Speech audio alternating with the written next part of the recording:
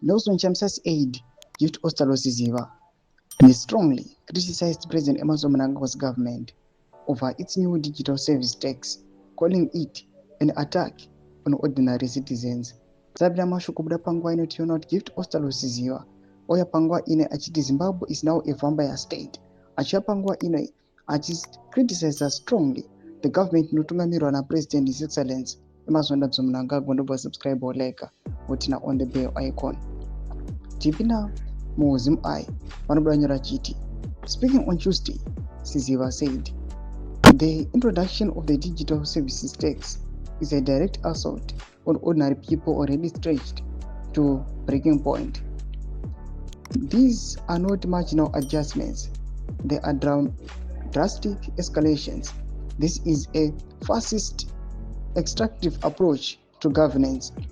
He accused the government of targeting citizens instead of addressing the country's deeper economic problems. Instead of fixing a collapsed country, restoring confidence, or curbing corruption, the regime has opted to tax convenience, survival, and participation in digital economy. Workers, vendors, SMEs, and young people are once again playing for elite failure, Siziva said.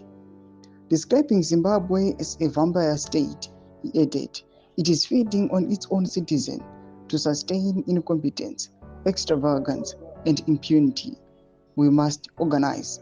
Ndo mashoko anobuda pangwa inoita kugona Gift Ostalosiziva anoziva kana kunzi aiwa is an aide wa Advocate Nelson Chamisa pangwa ine oya achicriticize Mnangagwa's government vachiti instead of providing employment, developing the country, kusolve farmer issues, they are chewing on the citizens vachia vachitora masense asara ane macitizens vachisa mataxes maombe. Pina comment section medu zvafungira aimbo tikudii pamusoro pechitiko ichi. Subscribe or like, check on the bell icon.